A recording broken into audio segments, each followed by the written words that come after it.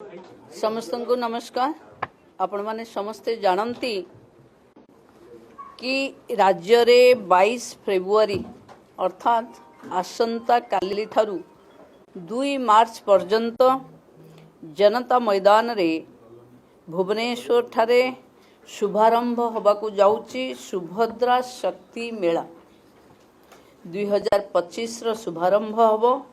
आम पई गौरव रो विषय ओडिशा इतिहास रे प्रथम थर पई अनुष्ठित हेबाकू जाउथिबा ये सुभद्रा शक्ति मेला ओडिशार लोकप्रिय मान्यवर मुख्यमंत्री श्री मोहन चरण माझी कर कमल रे आसंता काली संध्या रे शुभारंभ हबो। ओडिशा रे महिला मानकर विकास महिला माने विकास रो प्रतीक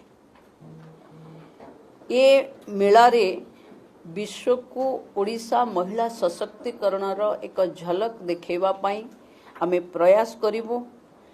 30 जिल्ला रु 700 रु अधिक महिला स्वयं सहायिका गोष्ठी मानकर अंशग्रहण हबो एवं 300 रु अधिक स्टॉल महिला उद्योगी मानक द्वारा ये मेलार आकर्षण साजिबो।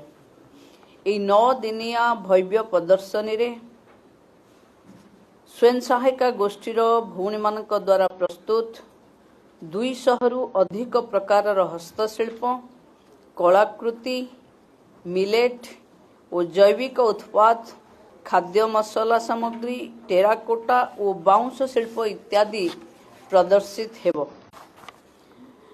अतिथि एवं परिदर्शक माने ओडिशार ऐतिह्य संस्कृति विभिन्न कला कारीगरी कौशल सांस्कृतिक कार्यक्रम रहिबो। ओडिशार अस्मितार स्वाभिमान ओडिसी नृत्य लोककला पारंपरिक नृत्य कला जोड़ी शंख नृत्य लोकनृत्य छौ गोटीपुओ नृत्य कला दासकाठिया महारी नृत्य रणपा एवं संबलपुरी नृत्य एवं व्यंग कवि सम्मेलन को अतिथि माने उपभोग करि परिबे। बड़ स्तर रे निजर उत्पाद प्रदर्शन करी स्वयं सहायिका गोष्ठी माने लोकलोचन को आसीबा सहित दीर्घमियादी बाजार संयोग सृष्टि करिवारे एही मेला गुरुत्व बहन करिवो। आय वृद्धि करिवा सहित महिलांकर आर्थिक और सामाजिक स्वाधीनता और महिला सशक्तिकरण माध्यम रे मान्यवर प्रधानमंत्री श्री नरेंद्र मोदी लक्ष्यपति दीदी सृष्टि करिवार स्वप्न साकार करिवारे एही मेला सहायक हबो।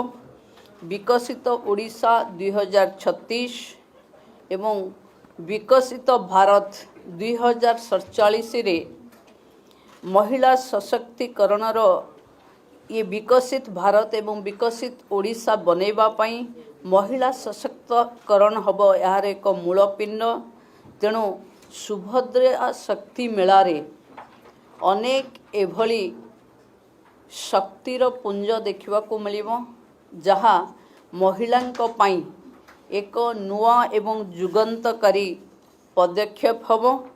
तेणु मु ओडिशार समस्त माँ भौणी एंटरप्रेन्योर्स युवक माने एवं बुद्धिजीवी बंधु मान को अनुरोध करुच्ची 9 दिन व्यापी संस्कृति कला एंटरप्रेन्योरशिप महिला सशक्तिकरण ये भव्य प्रदर्शनी को बुली आसवा पाई।